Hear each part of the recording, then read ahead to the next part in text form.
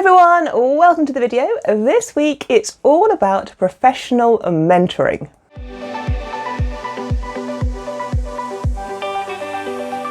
If you're new, welcome to the video. My name is Caroline. I am a UK-based university lecturer and I specialise in physics. If you are a returning subscriber or you've left me a comment, thank you very much. Today I thought we could chat about mentoring.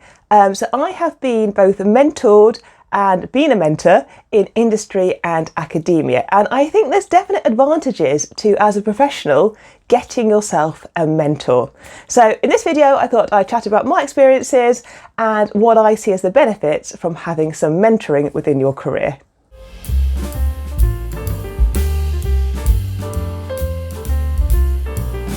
I think mentoring can take different forms. So you may be very professionally mentored to achieve a particular qualification in your field, or you may be kind of career coached to help you think about the best pathways for your career to go down next.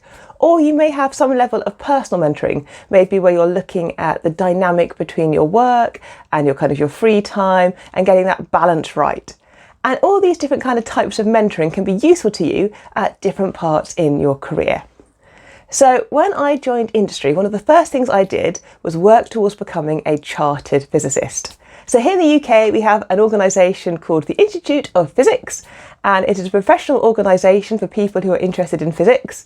And so one of the things you can do is get yourself kind of recognised as a working scientist and become chartered. So once I'd got my chartered physicist, I thought it was really important to help mentor people so they could also achieve the same, I guess it's not a qualification, but the same recognition.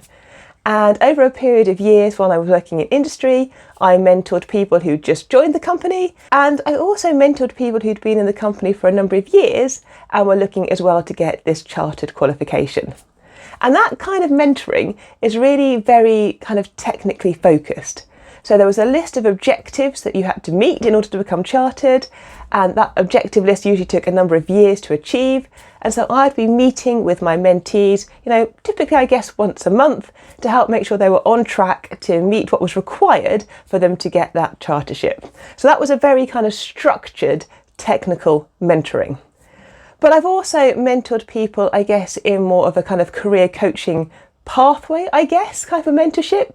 And that's much more where we actually checked in and looked at how the person's career was progressing, whether there was opportunities they could take to go to conferences or events, whether they were in the right bit of the company for them, whether they could do a secondment opportunity, whether there was going to be a chance for them to maybe go forward for promotion, be that in the short term or the long term, and whether that career pathway was aligned to their expectations of what they wanted to do and achieve within their career.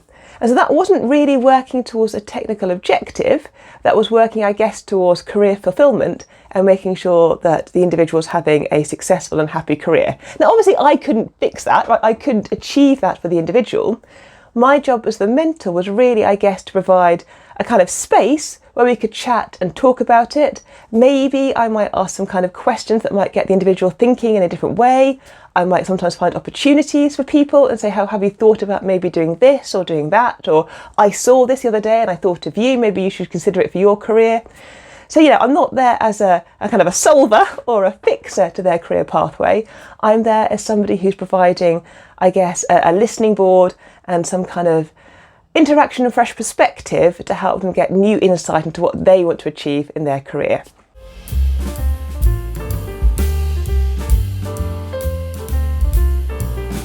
Now, when I joined academia, I was automatically allocated a senior member of staff to be my mentor.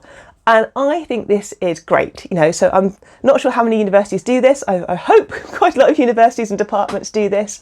But when you're joining academia, and I was joining from industry, which, is a different world and a different career environment, it's very helpful to have somebody who knows the landscape of the new kind of academic environment that I was going to become a member of, and things like how you put yourself forward for research grants, what training is going to be expected of you to become maybe a lecturer, so the fellowships and the higher education academy things you might want to get involved with, And actually somebody just to kind of check in with you to make sure that you're not finding things overwhelming and you're able to structure your own time.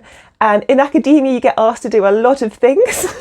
And sometimes having a mentor who's a more senior academic colleague can help you work out which of those items are ones that you want to do, which of those items are things that you have to do, and actually to almost kind of give you permission to say, I don't need to do those items. And it's okay to say no to some things that I'm presented with as part of my job.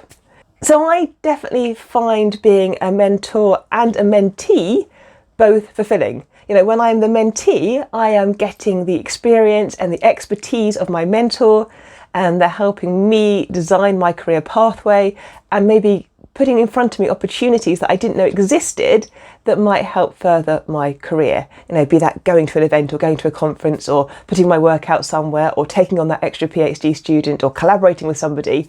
You know, they might find opportunities that I wouldn't necessarily come across in my position or my line of work. And I find them being a mentor really rewarding.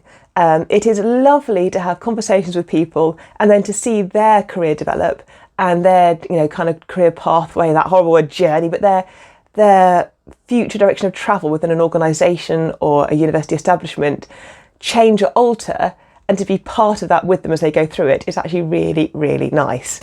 Now, a video for a future day, I think, might be how you actually set up that mentor-mentee arrangement. It's it's not like dating, but it's a little bit like that in the fact that, you know, when I was mentoring people to be chartered physicists, I was on a register so people could just contact me and say, hey, would you mind being my mentor? And then we'd have to meet, we'd get together for over a cup of tea or coffee, we'd have a chat for half an hour, and it has to be acceptable and a good fit for both parties. You know, as the mentor, I needed to be able to provide what the mentee was looking for, and the mentee had to be comfortable and confident I was going to be the right mentor match for them. And that's not always easy, and sometimes it works and sometimes it doesn't work. And also one of the big tips I got when I started being a mentor was never to mentor just one person. Always mentor 2 or above if possible, because if something happens with that one first mentor-mentee relationship, that's all you've got as kind of like your ground to compare nothing against, really. That's your only experience. Whilst if you've got multiple mentors and multiple mentees, you're able to look across and go, okay, well, this hasn't maybe worked, but over here, this is going quite well. And so you can kind of shift your perspectives based on those different interactions that you're having. I was also recommended a book when I started becoming a mentor as well. I mean, there's loads of books out there on coaching and mentoring. Again, I didn't use it extensively, but I dipped in and dipped out of it because there's certain kind of rules and framework that it's really good to establish when you're setting up a mentor-mentee relationship. So I'm going to put that in a future video, so this one isn't too long. So watch out for that in the future. But in the meantime, let me know, do you have a mentor? Are you a mentee? So are you mentored by somebody? Are you thinking about maybe you should become a mentor or maybe you should get a mentor? And as I said, in my experience, I find it very rewarding both being a mentor and very beneficial being a mentee. But let me know, does your industry, does your university go in for mentoring? And is it something you want to get involved with in the future or already actually involved in it right now? Leave me a comment. If you're new to the channel, do think about hitting subscribe. It's a free space here on YouTube where we talk all of things about academia. Have an awesome week, and I will see you next Monday for another academic video. Bye!